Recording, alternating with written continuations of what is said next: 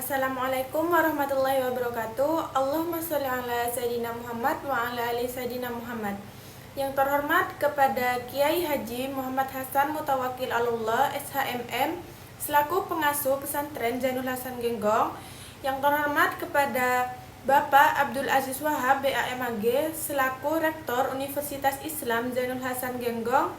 Yang terhormat kepada dosen pengampu Strategi Pendidikan Matematika Ibu Wahyu Lestari MPD, yang kami sayangi, orang tua yang selalu mendoakan kami, dan juga yang selalu saya banggakan teman-teman seperjuangan.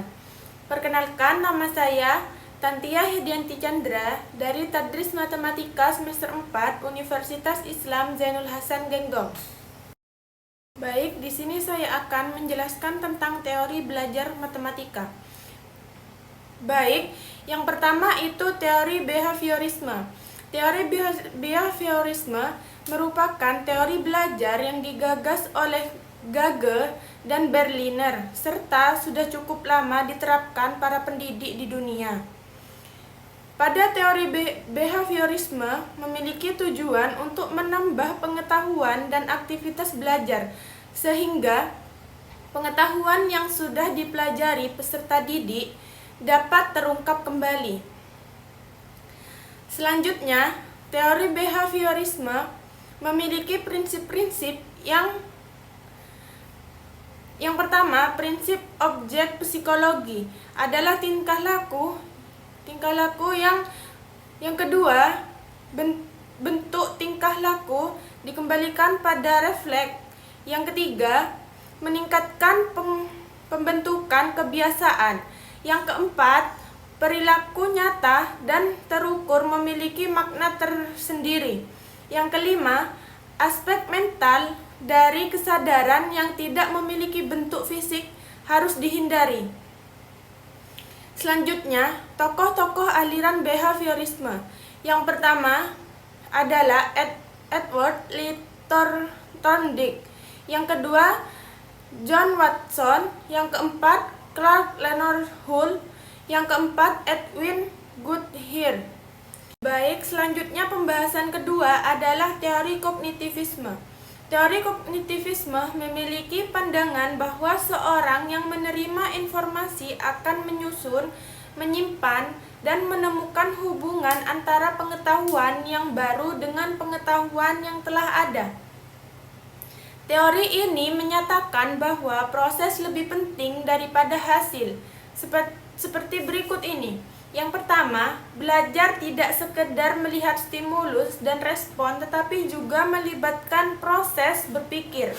Yang kedua, ilmu pengetahuan dibangun dalam diri seseorang melalui proses interaksi yang terus-menerus dengan lingkungan. Beberapa teori dalam aliran kognitivisme. Yang pertama, teori Gestalt. Proses pembelajaran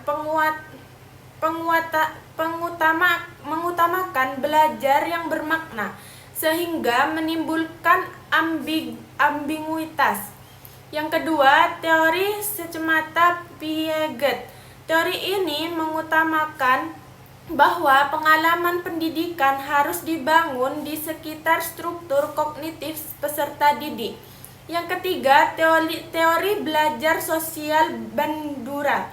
Bandura mempercayai bahwa model akan mempunyai pengaruh yang paling efektif apabila mereka dianggap atau dilihat mempunyai kehormatan, kemampuan, status tinggi, dan juga kekuatan, sehingga dalam banyak hal seorang pendidik bisa menjadi model yang paling berpengaruh. Yang keempat, pengelolaan informasi Norman.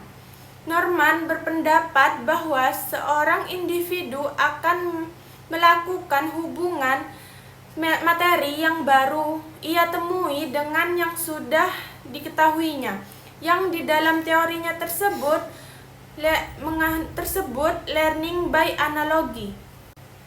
Selanjutnya, materi yang ketiga adalah teori humanisme. Teori humanisme mengutamakan kebebasan peserta didik dalam menyelesaikan permasalahan atau menemukan satu konsep belajar dengan cara masing-masing.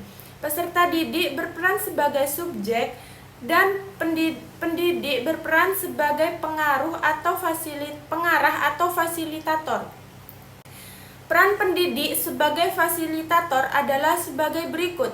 Yang pertama, memperhatikan peserta didik dan menciptakan suasana belajar yang menyenangkan. Yang kedua, menerapkan metode belajar yang bervariasi. Yang ketiga, menyediakan sumber belajar yang luas dan tidak terbatas serta mudah diakses oleh para peserta didik. Yang keempat, pendidik menjadi sangat tempat untuk bertanya peserta didik tanpa peserta didik merasa takut. Materi yang keempat adalah teori konstruktivisme. Teori konstruktivisme memiliki perspektif bahwa belajar merupakan konstruksi informasi yang masuk ke otak. Pandangan aliran konstruktivisme.